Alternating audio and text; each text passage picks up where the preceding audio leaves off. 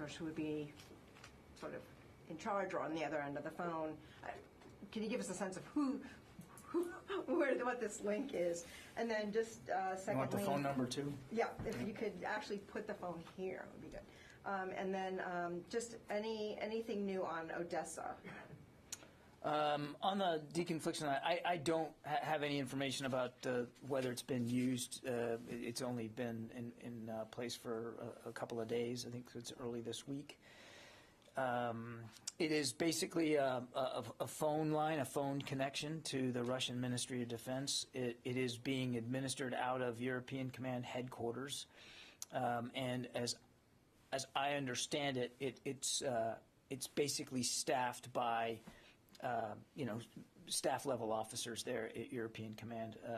I have no expectation that, unless he really desires, that General Walters would be the one managing that. It's not at that level. It's at a lower operational level, and it's being administered as a bilateral U.S. to Russia deconfliction channel. So it's that's why it's being handled out of U.S. European Command headquarters and not General Walters under his NATO hat.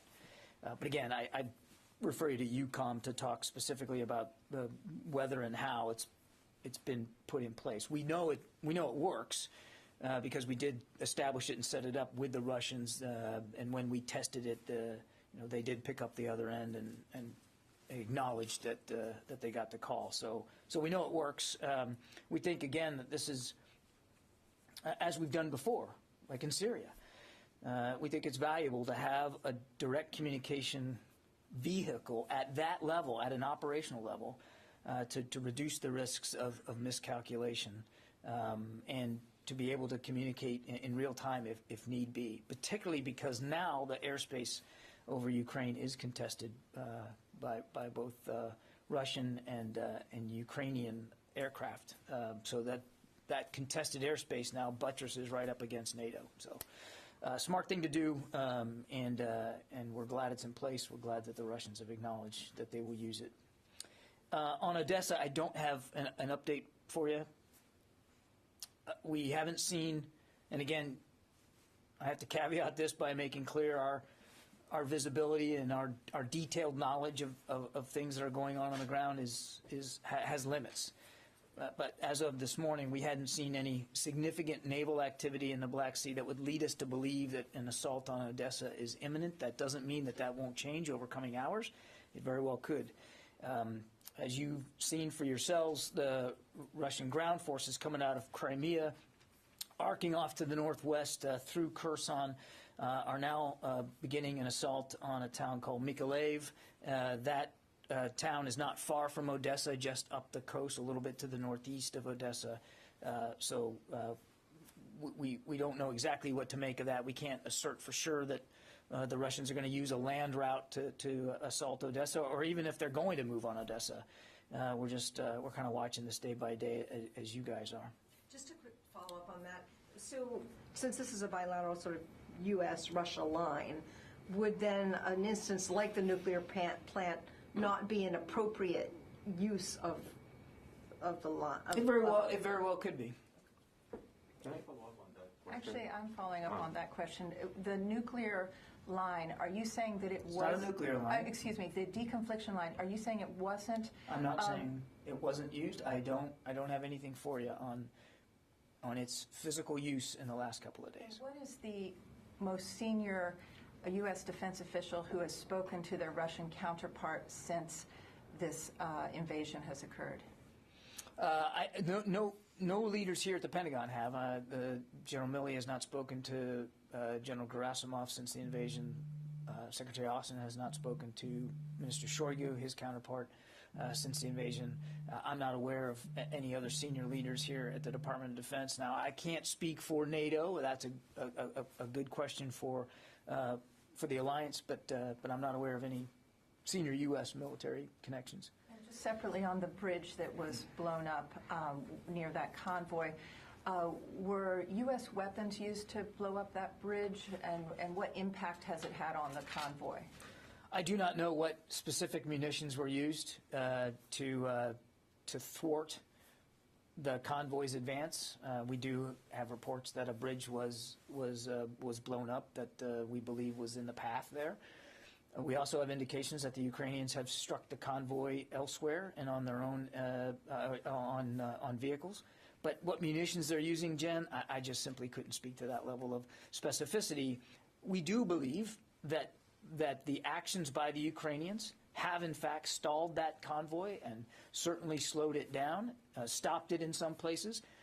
But we also think that that it's also of a piece of Russian challenges that they've had just in terms of their own physical ground movement, sustainment, logistics. They're running out of fuel. We still believe that in some cases they're running out of food for their soldiers. So they've also been plagued by their own missteps and stumbles. Fadi. Thank you, John. So I have a couple of questions.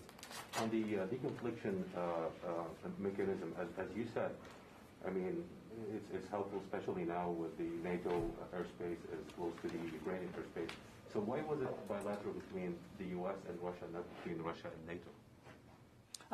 I'm not going to speak for the alliance, Fadi, and it's not like we are a member of NATO. So certainly, if we can use that deconfliction line to assist with alliance communications, we'll absolutely do that. It's not so binary as that. All I'm trying to do is describe that it is set up bilaterally between the United States and Russia. But of course, look, part of the reason that we want to do this is because of NATO airspace, which buttresses up now against contested airspace. So, if I conveyed any idea that we would only use this to convey U.S. individual unilateral concerns, that is absolutely not the case. I asked the question because a senior defense official has said before that there are ideas, including maybe a NATO-Russia channel. So was this, basically because Russia rejected such a channel and they insisted on it? I don't have anything. Okay, and on Zaporizhzhia, what is your understanding of what happened actually yesterday, and how safe is the nuclear plant right now? We don't have perfect knowledge of exactly how this attack on the nuclear power plant transpired. Clearly there was one. Clearly it was violent. Clearly ordnance was used. An attack was conducted on the power plant in an effort by Russian forces to gain control of it. We cannot contest or refute reports that they are in fact in control of it. As for conditions there, again, our knowledge is imperfect, but as we understand it, there's been no leakage of radioactive material. Now, what operational status it's in, we can't speak to.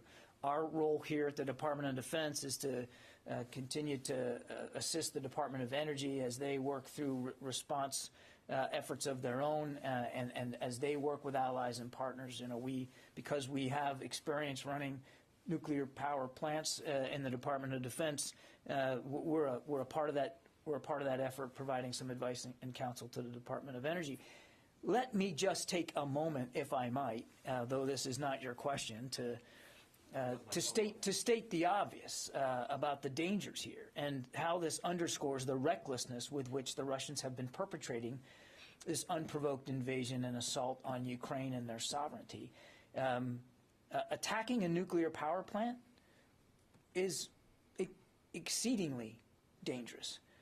And could have visited a lot more damage and destruction to the people of Ukraine and to and perhaps even to neighboring countries had this gone a different way. And we continue to call on Russia to stop the invasion, period, de-escalate, move their troops out. But certainly, short of that, to be more mindful of their obligations under international law, and certainly with respect to humanitarian concerns about perpetrating violence anywhere near a nuclear power plant, which are not designed to withstand combat. It's not their function. Peaceful nuclear power. Oh, sorry, I wanted to just get that out, Court. Do you have any indications that that there's any disruptions to the power? I know one of the concerns is that if there's no cooling apparatus in the nuclear reactor, then that's like a real vulnerability? Do you have any? I know that it's hard to say operationally, but do you have any indications of that? We don't, and we don't know. Again, we don't know what the status of the plant is right now. Again, I'd point you to Department of Energy to talk about that with more detail. And then one more thing on deconfliction. I'm not clear. It is. I get it. It's between the U.S. and the Russian military. But is there? Will there be some scenario where other NATO ally aircraft or military equipment you could be deconflicting on their behalf? We haven't heard about any other nations setting up any kind of deconflictions, and others have been sending things forward to that area. Well, I think it's entirely possible that should there be an alliance concern that we can convey to the Russians through that channel, we absolutely will. Remember, we are also a NATO ally. John, on the confliction line, in Syria we know that the Russians and American aircraft were crossing into their lines, and then of course they just were telling. Say that part again. You know that Russian and like on Syrian airspace, Russian and American air assets were crossing into each other's line, and that's why the confliction line was used to say, hey, keep out of this area. We are coming here, or we are going to strike this, or we are here, we are there. But here in this setting, in this theater, there are two separate airspaces, and why, like, how this deconfliction line is going to be used for what? What will they say, for example, on the line? Because we don't see that. I don't think there's like a given script that's going to be used on any particular day or in any particular instance. I mean, this is you got contested airspace over Ukraine, which buttress. Just let me finish. Which buttresses right up against countries, NATO countries, and their airspace. It makes eminent sense for us to be able to have some way of communicating with the Russians should operations in that contested airspace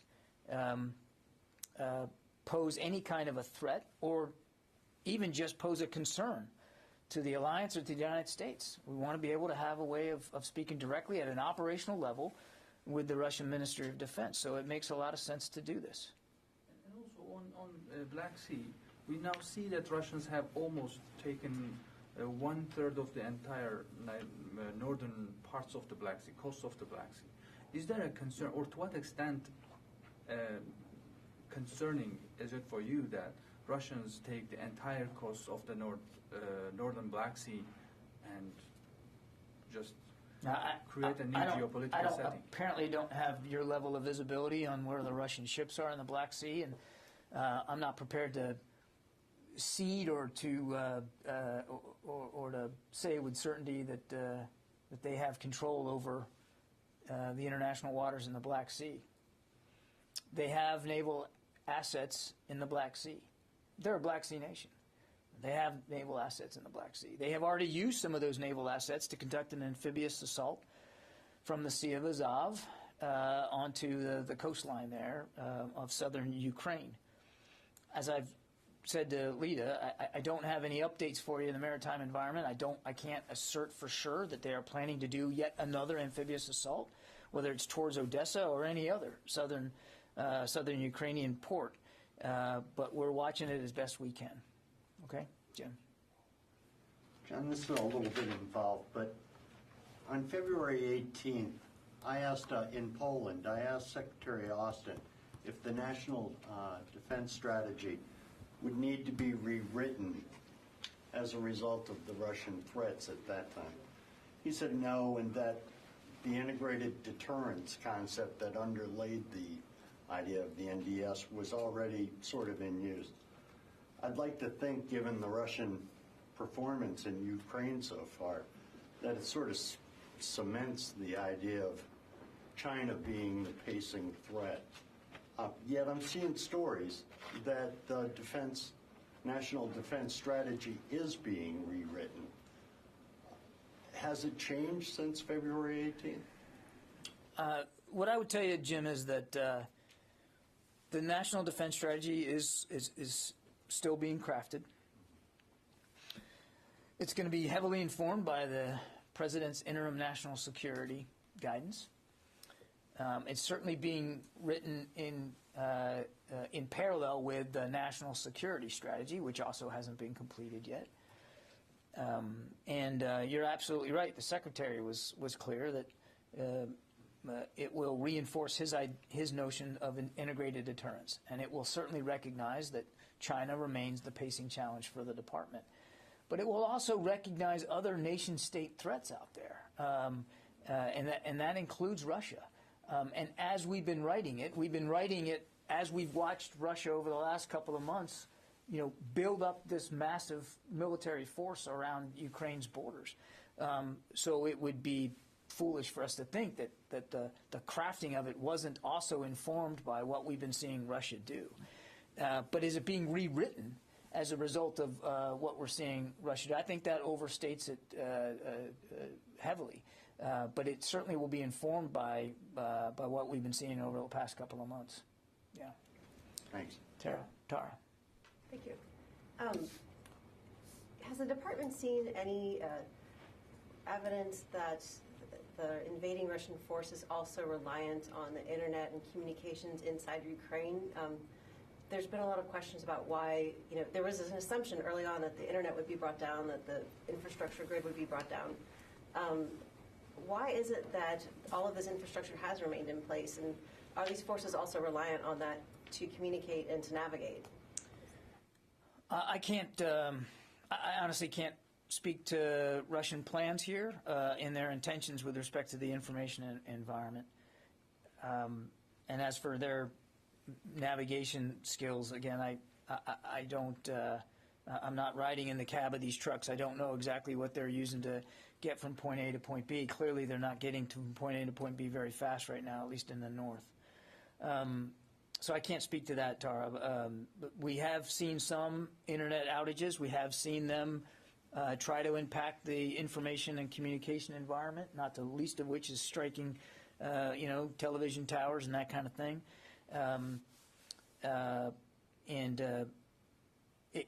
Again, I don't want to speculate. I mean, they have found some value to keeping some public communications open for their own purposes, for their own decision-making processes. But that's just a speculation. I don't know. And then I have one follow-up on the deconfliction line. If it's going to be used for deconflicting airspace by NATO borders, could it also potentially be used for, say, coordinating a humanitarian corridor or people fleeing Ukraine, or is it just going to be military-to-military operations? It's primarily a military-to-military channel, but that doesn't mean, as I've said before, that it can't be used for other purposes if need be. I mean, we'll have to see. It's only been a couple of days old, so we think it's the right thing to do. We've done this kind of thing before, and it makes a lot of sense, particularly when you're talking about that contested Ukrainian airspace. But could it find other purposes? Perhaps. I mean, we think it's the smart and the prudent thing to do. Barb. A couple of follow-ups, but a question to other people's questions. But one question first: Can you bring us up to date on the thinking about whether to support any moves by East European allies and partners to send their MiG-29s into Ukraine to give the Ukrainians extra inventory? You mean U.S. support to that? Do you support the idea? Is the United States, as you know, this conversation has ebbed and flowed over the last several days of several East European allies and partners, including Slovakia, which wants to accelerate its F-16 purchases so they can send their MiG-29s. Is this idea something that the U.S. would be supportive of? And then I have two quick follow-ups. I don't have a departmental position on this proposal, Barb. These are considerations that sovereign nation states have to make in their own and through their own processes. What I can just tell you is what we do support and what we are doing is looking for ways to continue to get security assistance into the hands of Ukrainian armed forces, and we're doing that to a fairly well, and we're accelerating and expediting even the most recent drawdown package that the president approved. And let me try one more time on deconfliction because, the United States is not entering Ukraine airspace or Ukraine territory. So you have nothing you need to notify the Russians that you're doing because you're staying outside of this war zone. They, you said, there was concern that there could be a situation in which you would have worries that would lead you to make a phone call. And you mentioned, in fact, the nuclear incident concern. It was a case where you concerned that something could impact neighboring countries. So is there a way you can explain how much of this idea of needing to have a communications line with the Russians isn't really about deconfliction, because you're both supposedly staying on your own side, but worry that they may not stay on their side? I mean, it's primarily designed, Barb, to help reduce the risks of miscalculation. We call it a deconfliction line, but because that's what we're used to calling them, and that's what we typically use them for.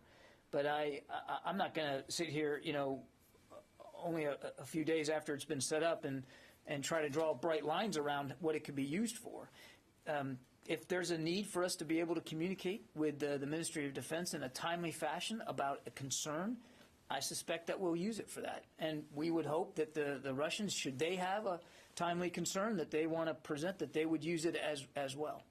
So when the nuclear incident happened, has it now led, because you provide support to the Department of Energy, has it led to any additional need or consideration by the Defense Department for additional protective gear, sensors, or any kind of technology for radiological or chemical or biological issues where U.S. troops are located, and for the allied partners and nations and partners that they're working with? Did last night's events cause you to need to think about taking more protective measures? Because you said there was concern, one of the concerns could be the potential of impact on neighboring countries.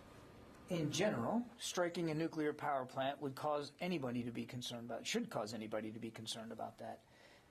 I'm going to point you to the Department of Energy about whatever response coordination that they feel is appropriate. We provide some support and guidance to them.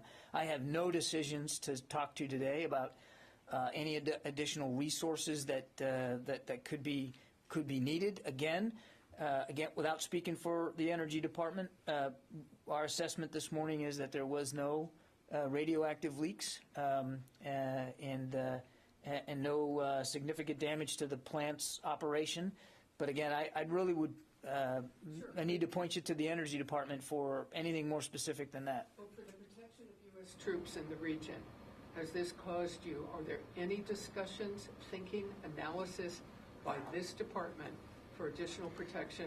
I know of no such decisions or no such discussions with respect to what happened last night. But obviously, we take force protection very seriously. It's the Secretary's prime and paramount concern. Nothing to speak to with respect to the attack on the power plant. Yeah, Matt. Thanks, John.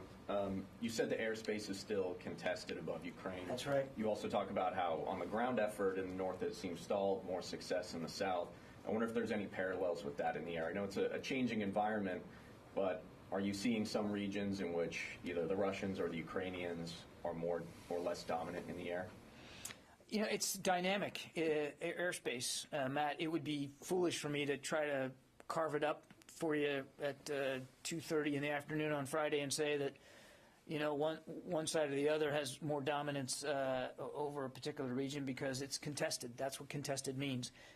All I can tell you with certainty is that the Ukrainian Air forces continue to fly. They still have air and missile defense available to them. They are using them and using them quite effectively. And the way they have marshaled their resources and applied them to the fight in the air has been quite extraordinary. The Russians likewise have a lot of aircraft available to them, as well as missiles. They have fired over 500 since the beginning of this invasion. So that's what makes this airspace, that's what makes it so contested, quite frankly. There's a lot of hardware flying around in that airspace, and it literally changes throughout a given day based on what the Russians are doing and how the Ukrainians are trying to resist what the Russians are doing. And it's because it's so dynamic and so contested that, again, we felt it was important to have a deconfliction mechanism. Right, and one more, if I may, off of something Barbara asked.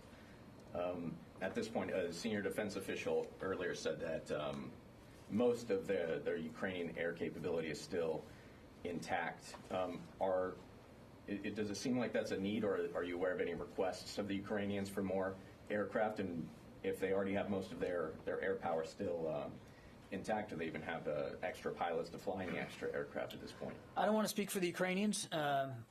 What I can tell you is that we are in direct communication with them nearly every day about their requirements, and we're doing the best we can to fill those requirements.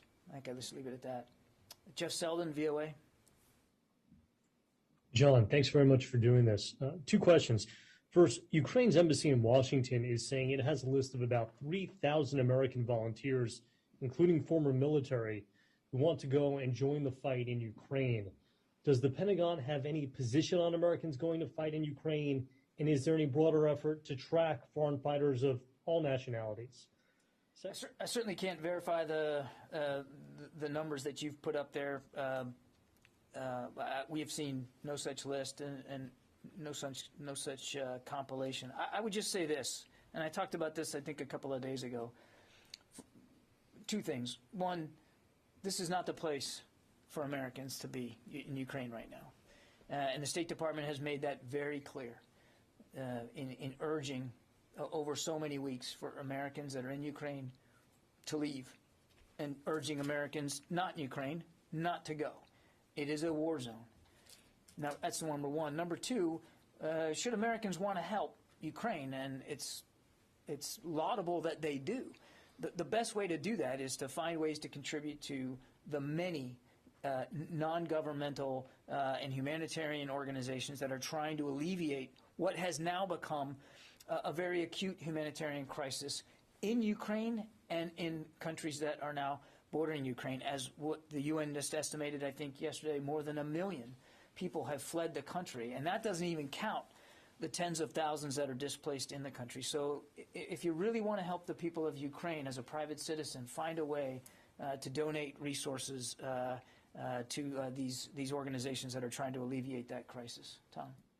Hey, John, along those lines, are there any prohibitions on U.S. military personnel, let's say an Army reservist who wants to go over?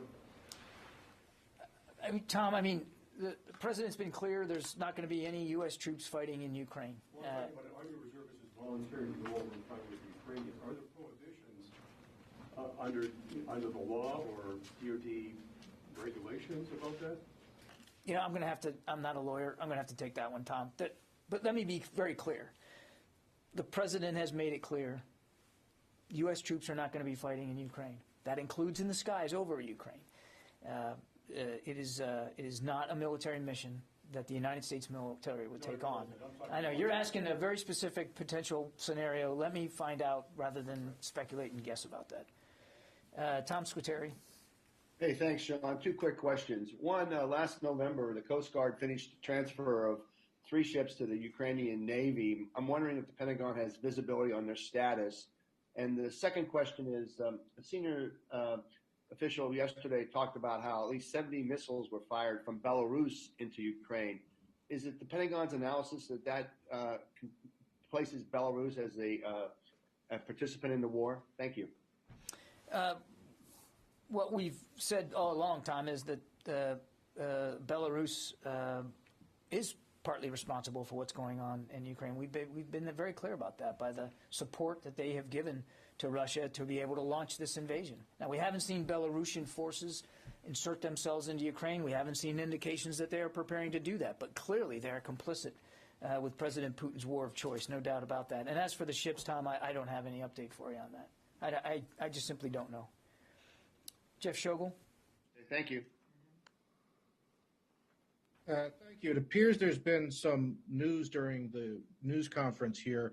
I'm reading something that says the Moldovan breakaway region of Transzis, which I'm not pronouncing correctly, has demanded that Moldova recognize its independence. This is a place where about 1,500 Russian troops are stationed, Is the Defense Department concerned that this could be an expansion of the Russian invasion of Ukraine?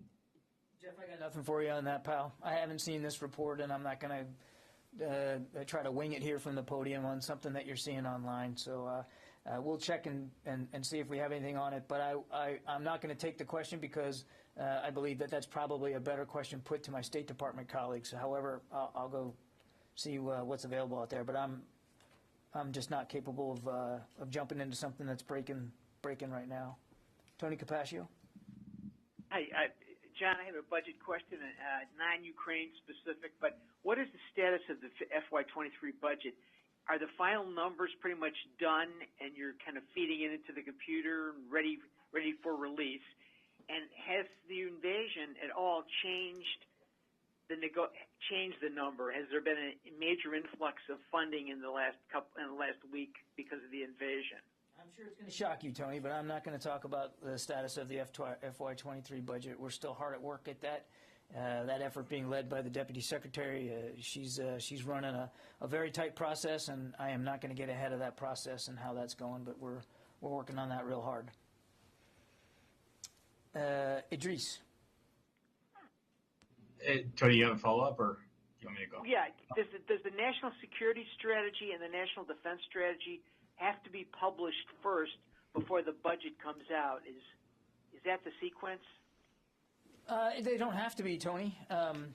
There's no regulation, there's no rule, there's no legislation that requires you have to have the national security strategy and the national defense strategy published before the budget. All three documents inform each other. Look, ideally, you want a budget to follow a strategy, but it doesn't have to come out that way. Idris? Thanks, Idris. Yeah. Just going back to the hotline, when you're setting it up, how does it work? Does General Walters talk to his counterpart saying, all right, we're going to set this up, and then some of the staff set it up? At what level does it rise, I guess? And second question is, any change to the nuclear forces, Russian nuclear forces, after they were put on high alert? I have no changes to speak to that we've noticed in the Russian strategic nuclear force posture. We're still obviously monitoring and reviewing, as we do every day. I would just again say that Secretary Austin is comfortable and confident in our own strategic deterrent posture and our ability to defend the homeland, as well as allies and partners. And it's not a hotline; it's a deconfliction line. As I said, it's handled and staffed at the operational level. I don't think there's any expectation that General Walters is going to be the only one picking up the phone. Certainly, if he wanted to do that, as European Command Commander, he could do that. But our anticipation is that this will be staffed at a lower level on his headquarters to really deal with operational level concerns that need to be expressed. Okay, one more, and then I'm going to go. Could we get the daily update on number of munitions fired, and also if you have a breakdown of where you're seeing them come from? I don't have that, and I wouldn't be putting that out here from the podium, Tara. As I said, we have noticed, we've assessed that since the beginning of this invasion, the Russians have fired more than 500 missiles of various types: cruise missiles, short-range ballistic missiles, medium-range ballistic missiles, surface-to-air missiles, more than 500 of them. That's about as much detail as I'm going to be able to go into from the podium. Yeah, in the back there. I know you talked about fuel and food shortages today that the Russians have faced. I was curious if they're making any progress overcoming that, or if it's still largely stalled, and then what the concern is that the Russians may target other nuclear plants in the future, given this is the second one we've seen here. Again, we don't have perfect visibility into Russian intentions. We know there are other nuclear power plants inside Ukraine. Clearly, the international community does not want to see another incident such as what we saw last night, which could potentially just escalate the level of violence and destruction in Ukraine to a level that is and should be unacceptable, even to the Russians. But I can't speak to their intentions with respect to other nuclear power plants. And as for food and fuel, again, our general assessment today is that they are still struggling with logistics challenges, to include food for their troops and fuel for their for their vehicles. We do not believe they have overcome that. Now, as I've said many times, we would expect them to try to overcome these challenges, and I think we're seeing attempts by them to do that. How successful they've been, again, with a level of specificity, we just don't know. Okay, thanks everybody. Have a good weekend.